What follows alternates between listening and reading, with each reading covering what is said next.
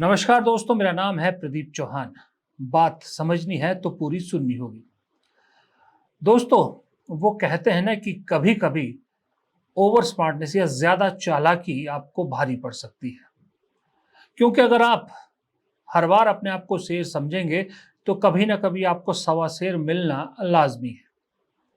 या हर चीज में जब आप चालबाजी करेंगे तो फिर आपके नहले पे कोई ना कोई दहला भी जरूर पड़ेगा। कुछ इसी तरह का काम बीजेपी ने किया था। बीजेपी ने अभी 2 दिन पहले उपराष्ट्रपति पद के चुनाव के लिए अपने उम्मीदवार की घोषणा की। आरएसएस के खासम खास और मोदी जी के पुराने मित्र सीपी राधाकृष्णन जी को, जो बीजेपी के जाहिर सी बात है सांसद भी रहे हैं तमिलनाडु से और आरएसएस के पुराने कार्यकर्ता हैं और अभी गवर्नर झारखंड में थे, उसके बाद फिर महाराष्ट्र के गवर्नर। सीपी राधाकृष्णन के जरिए बीजेपी ने दो निशाने साधने की कोशिश की। एक तो धनखड़ जी के एक्सपीरियंस के बाद एक ऐसा आदमी बहुत जरूरी चाहिए था मोदी जी को, जो मोदी जी का विश्वास पात्र हो, तो उसलिए सबसे विश्वास पात्रों में से एक राधाकृष्णन जी को चुन लिया। दूसरा निशाना साधा तमिलनाडु पर कि भाई एक मैसेज दिया कि बीजेपी ने देखिए हम तमिलनाडु को रिप्रेजेंटेशन दे रहे हैं, वाइस प्रेसिडेंट जैसी पोस्ट तमिलनाडु को दे रहे हैं जहां हमारी पार्टी का कुछ खास है नहीं। और दूसरा डीएमके को कटघरे में खड़ा करने की कोशिश की कि अब डीएमके क्या करेगी, दुविधा में डालिए। अगर विरोध में जाती है तो मैसेज बीजेपी तुरंत फैला देगी कि देखिए तमिलनाडु के खुद के आदमी का विरोध करती है डीएमके, और अगर सपोर्ट करती है तो फिर और चाहिए क्या। फिर इंडिया अलायंस या विपक्ष जो आप कह लीजिए, उसमें दरार पड़ते ही दिखते सबको मैसेज चला जाएगा कि ये तो आपस में ही एकजुट नहीं है, एक राय नहीं रखते। और इसीलिए इसको पुख्ता करने के लिए राजनाथ सिंह के जरिए डीएमके को मैसेज भी पहुंचाया गया, डीएमके से बात भी कराई गई। लेकिन जब सीपी राधाकृष्णन के नाम की उम्मीदवारी जो है घोषित की गई, उसी वक्त एक चीज और तय हो गई थी कि अब विपक्ष अपना उम्मीदवार जरूर उतारेगा, क्योंकि ये तो हार्डकोर आरएसएस का आदमी है। और विपक्ष यही कह रहा था कि अगर नॉन बीजेपी पार्टी से कोई उम्मीदवार खड़ा करता है एनडीए और जिसके क्रेडेंशियल थोड़े सेकुलर हो, तो वो उसका साथ देने के लिए तैयार हो, उनके समर्थन दे सकते हैं, यानी कि निर्विरोध उपराष्ट्रपति को चुना जा सकता था। लेकिन द मोमेंट आपने संघ के खास कार्यकर्ता को चुन लिया तो फिर विपक्ष भी जाहिर सी बात है अपना खूंटा गाड़ने के लिए तैयार था। लेकिन बीजेपी को शायद ये तो मालूम था कि विपक्ष अपना उम्मीदवार देगा। उन्हें ये लग रहा था कि विपक्ष को उम्मीदवार चुनने की वजह से विपक्ष में आपस में बहुत फूट पड़ जाएगी। डीएमके कहेगा कि हमें दुविधा से निकालने के लिए हमारा कोई कैंडिडेट दो तमिलनाडु से, दूसरे लोग कहेंगे हमारा उम्मीदवार दो, तो ऐसे ऐसे हो जाएगा, आपस में ही इनके सिर फुटबल हो जाएगी और इनकी और फजीयत होगी। लेकिन ये ऐसा कभी नहीं सोचा था बीजेपी ने कि जो चाल उन्होंने इंडिया गठबंधन के साथ चली थी, इंडिया गठबंधन या विपक्ष कहें पूरा विपक्ष वही चाल, बल्कि उससे बेहतरीन चाल मोदी जी के साथ चल जाएगा। जैसे बीजेपी ने डीएमके को दुविधा में डालने के लिए तमिलनाडु से उम्मीदवार दे दिया, इंडिया गठबंधन और विपक्ष ने, बार बार इंडिया गठबंधन निकलता, माफ कीजिए, समूचे विपक्ष ने उससे एक कदम आगे चल के आज सुदर्शन रेड्डी को अपना उम्मीदवार बना दिया। सुदर्शन रेड्डी कौन? जाने माने इस देश के न्यायविद,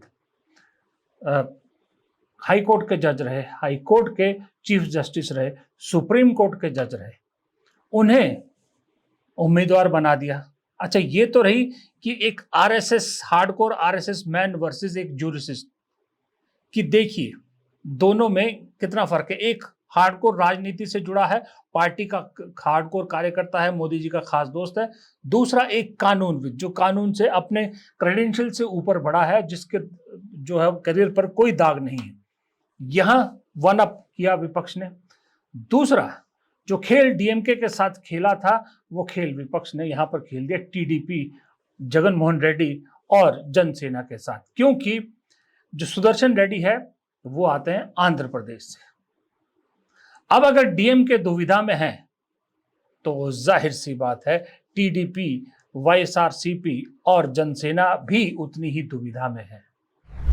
the opposition parties have nominated Sri B. Sudarshan Reddy Garu as their joint candidate, since he reflects fully and values that saved our country's freedom movement so profoundly, and the values on which our country's constitution and democracy have been anchored. All these values are under assault, and therefore our collective and determined resolve to fight this election. So this is the name, and we had meeting just now, and everybody consented and agreed this name. So we are fielding him as a vice president candidate. Thank you very much. Rahul Gandhi की तो अपनी बिहार यात्रा चल रही है। बिहार में खूब उनकी यात्राओं में जो भीड़ आ रही है, जो आपकी स्क्रीन पे मैं एडिटर को कहूँगा तस्वीरें लगा दे कि बिहार में जो अलग अलग रंग दिख रहे हैं, अलग अलग लोग, जो जोश दिख रहा है राहुल गांधी की यात्रा में, वो देखने लायक है। क्योंकि चुनाव आयोग ने परसों राहुल गांधी की यात्रा वाले दिन, यात्रा जिस दिन शुरू हुई उस दिन प्रेस कॉन्फ्रेंस करके अपने लिए खुद मुसीबत मोल ले ली। अगर खामोश भी रहता चुनाव आयोग, जैसे पहले खामोश था, तो राहुल गांधी को काफी चीजें शायद रोकनी पड़ती बोलने से पहले। राहुल गांधी को उस दिन खुला मैदान दे दिया, क्योंकि राहुल गांधी के जो आरोप है उसको चुनाव आयोग ने प्रेस कॉन्फ्रेंस करके एक तरह से सच साबित कर दिया, उनको जमीन दे दी। अब तो राहुल गांधी, जैसे मैंने कल भी कहा था, कि कदम कदम पर चुनाव आयोग को और बीजेपी को झूठा करार देने की कोशिश करेंगे। इसके लिए उस रास्ते में बहुत सारे लोग उन्हें मिलेंगे, और आज भी कुछ लोग मिले। राहुल गांधी ने बाकायदा उनको लोगों के सामने पेश किया कि कैसे एक जिंदा लोगों के बिहार में एसआईआर के नाम पर वोट काट दिए गए। जनता को बताओ आपके साथ क्या हुआ। मेरा नाम वोटर लिस्ट में काट दिया गया है, और मैं अगला लोकसभा में भी वोट दिया हूं और पोलिंग एजेंट रहा हूं। बोलो। तो मैं लोकसभा में पोलिंग एजेंट भी था, और मेरा नाम सुबोध कुमार, पिता से स्वर्गीय श्यामली सिंह हुआ। मैं महरथ ग्राम का निवासी हूँ, खेती करता हूँ। ऐसे बिहार में लाखों लोग हैं जिन्होंने वोट दिया, वोटर लिस्ट में नाम था और उनका नाम वोटर लिस्ट से काट दिया गया। भाई और बहनों, इलेक्शन कमीशन और बीजेपी के बीच में पार्टनरशिप चल रही है। ये मिलकर वोट चोरी कर रहे हैं। इस बात से आप सहमत हैं?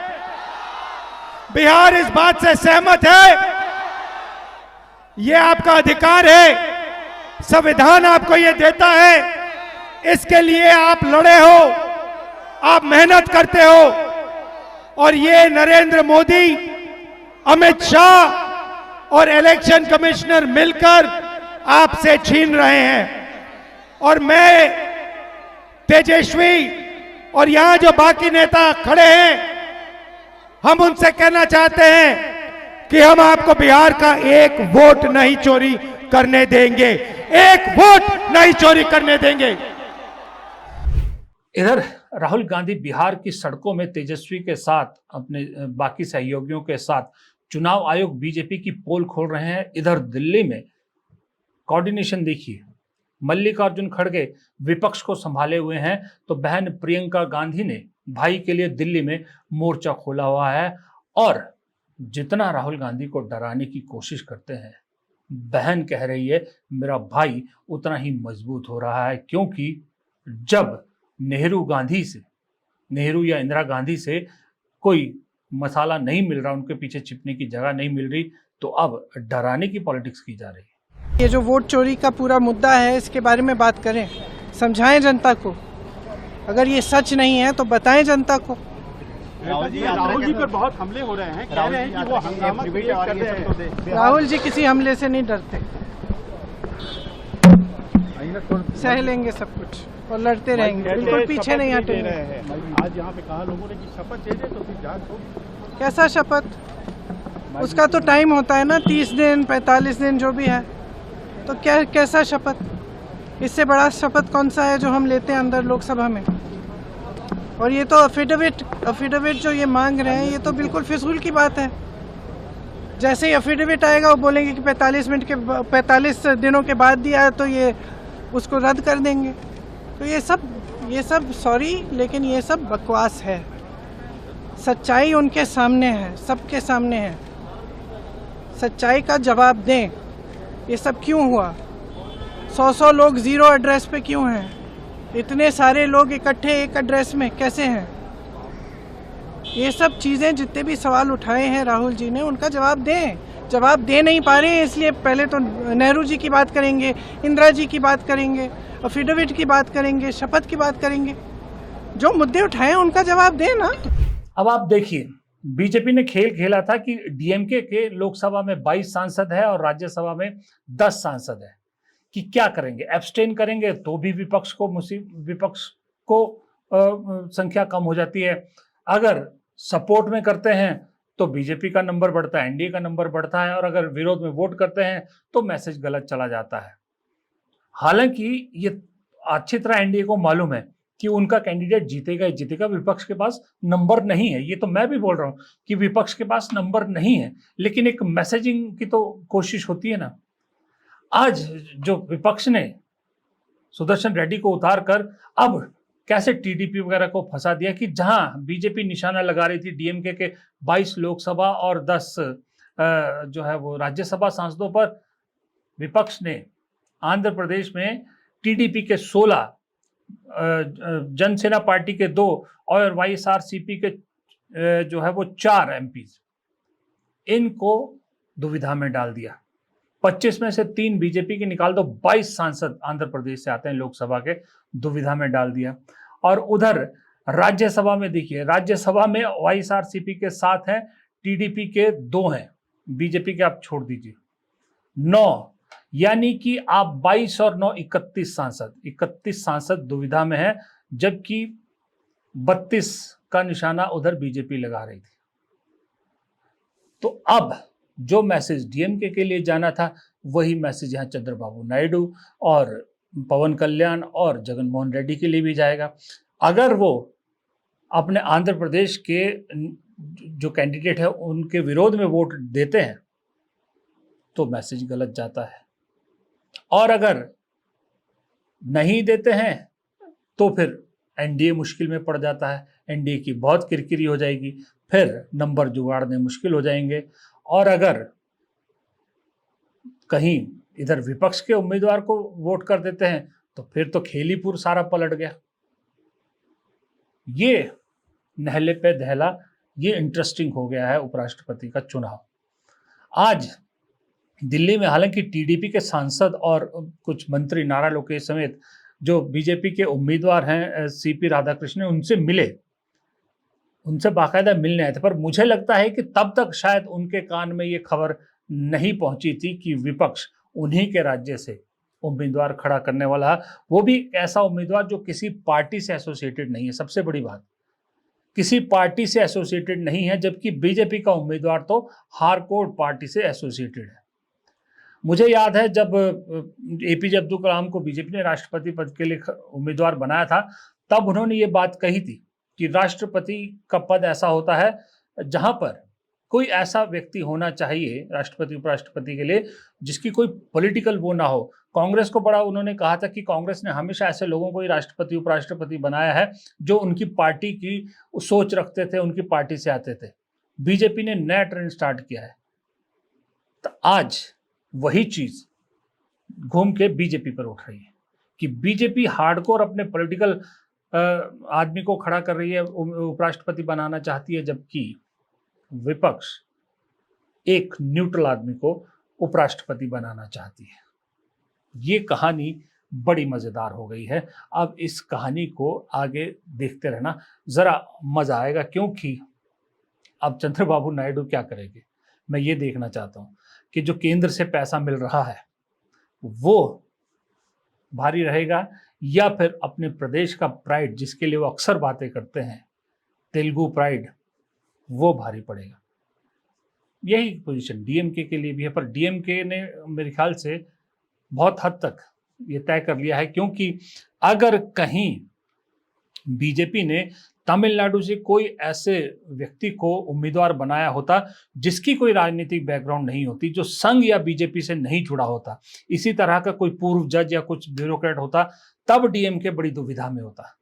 लेकिन जो खुद बीजेपी से सांसद रहा हो, वहां पर हार्डकोर संघ का आदमी है, तो डीएमके के लिए कोई ज्यादा दुविधा का विषय नहीं है। डीएमके तो साफ है, लेकिन ये आंध्र प्रदेश वाली तीनों पार्टियां फंस गई है। खैर, अच्छा, एक चीज आज और बिहार यात्रा में हुई, देखा होगा आपने, गोदी मीडिया में काफी उछाला गया जब तेजस्वी यादव ने अपने भाषण में कहा कि जो भी अगला लोकसभा चुनाव होगा, हम लोग यानी इंडिया गठबंधन या विपक्ष जो भी कहें, राहुल गांधी को प्रधानमंत्री बनाएंगे। यानी एक तरह से उन्होंने ऐलान कर दिया है कि इंडिया गठबंधन का प्रधानमंत्री का चेहरा जो है वो राहुल गांधी है। इसमें दो चीजें साफ हो गई।